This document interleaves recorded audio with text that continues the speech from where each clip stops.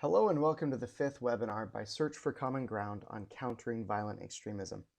In this webinar, we'll build off from the last video in talking about an all-of-society approach by focusing on ways that we can specifically engage women and girls in countering violent extremism. We'll also debunk some of the stereotypes about women and girls' engagement in violent extremism. Now, this is important because our efforts should maintain a gender-sensitive approach, meaning that we take gender into account in all aspects of our programming. Now, gender doesn't just mean women or girls, nor is gender the same thing as our biological sex. Gender instead is what we use to refer to socially constructed characteristics of men and women, such as norms, roles, and relationships of and between groups of women and men. Now, it varies from society to society and can always change. In fact, it evolves constantly. While most people are either born male or female, that's the biological sex, they're actually taught appropriate norms and behaviors according to their perceived gender, including how they should interact with others of the same or the opposite sex within households, their communities, and their workplaces. Traditional gender roles can actually be very different depending upon the countries or cultures they're from, and they differ from one to the other. So when we have a gender-sensitive approach, we take all of these things into consideration. And doing so can make our projects more effective because we're able to design the kinds of interventions that are specific to the ways that different people are drawn to violent extremism. Because as we discussed in the second webinar, men and women may sometimes be radicalized in different ways and for different reasons. So therefore, our approaches to prevent that radicalization or encourage disengagement or discourage radicalization may also need to be different. Now, when our projects incorporate gender, we are also looking to avoid overlooking the risks that women and girls may have in finding appeal in violent extremism. That's so we don't create a blind spot where their radicalization is left unchecked.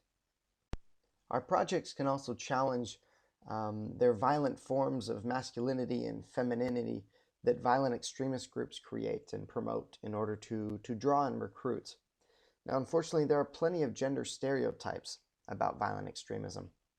For example, that women and girls are not radicalized, even though women and girls have always played a part in violent extremist groups.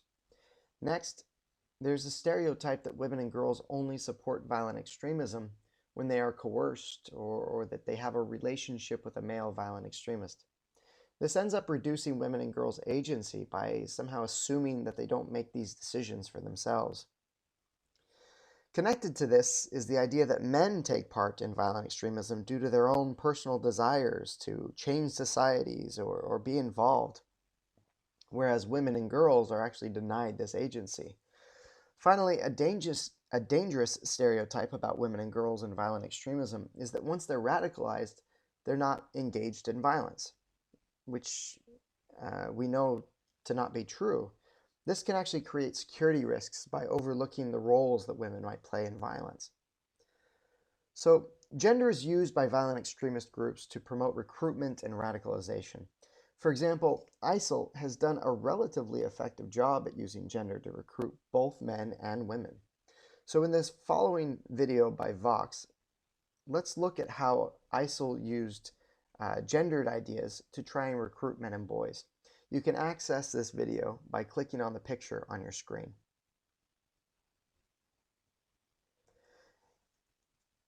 As we have previously discussed, a true all-of-society approach to countering violent extremism requires that everyone is allowed to be involved. But unfortunately, women often face gendered barriers because they've been to be engaged in security issues like countering violent extremism. Now, in this video by Search for Common Ground, you can see how one Yemeni woman encountered these barriers and was able to actually overcome them in order to become a respected conflict mediator in her community. So click on the picture on the screen and watch the video. Indeed, Even young girls can be involved in countering violent extremism. In this next video by Search for Common Ground, you can see how one project engaged these young girls in Nigeria to encourage peace in their communities by overcoming extreme divisions. Click on the picture on your screen to watch the video. Engaging women and girls is possible by overcoming these obstacles that we observed in the videos. However, we may actually encounter these following risks. For example, when women and girls are engaged, they may sometimes only be engaged as participants rather than as partners or leaders. Indeed, women and girls may only be allowed to work on projects that target other women or work on issues that are seen as women's issues rather than the full scope of activities. Notice that in the videos, the Nigerian girls and the Yemeni woman all worked on a variety of issues that included men. Next, countering violent extremism programs and policies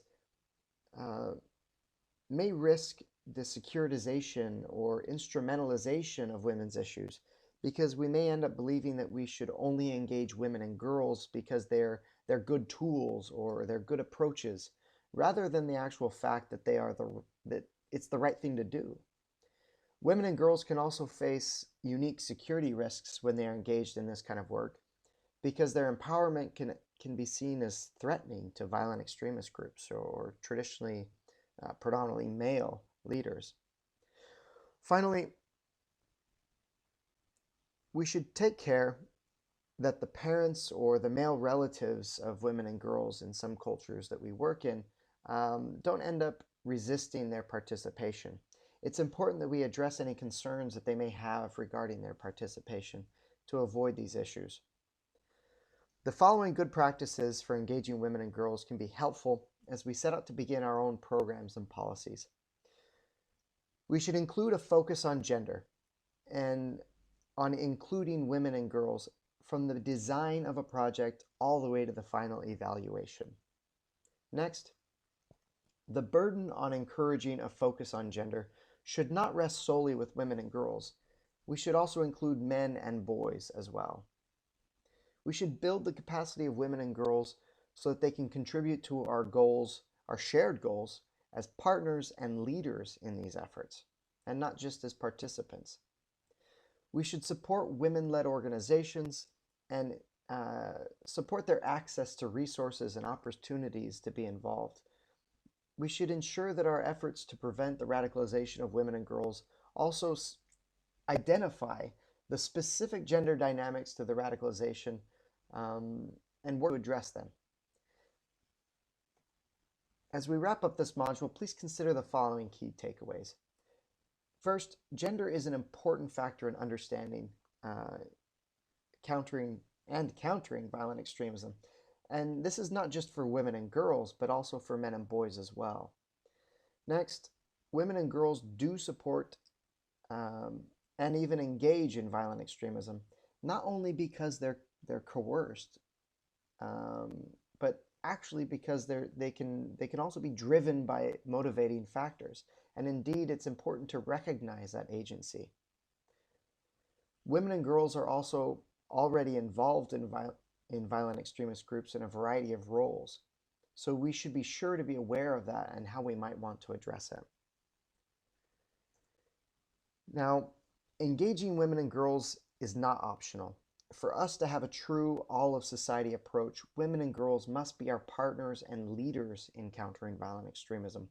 Indeed, women are actually already working in this field, so we should be sure to recognize their efforts, build them up to learn from their experiences and even their expertise. Finally, as we look to engage women and girls, we should be sure that they are all engaged at all levels in this field. That's all for this module, but in the next module and in the next webinar, we'll explore how to engage youth in countering violent extremism.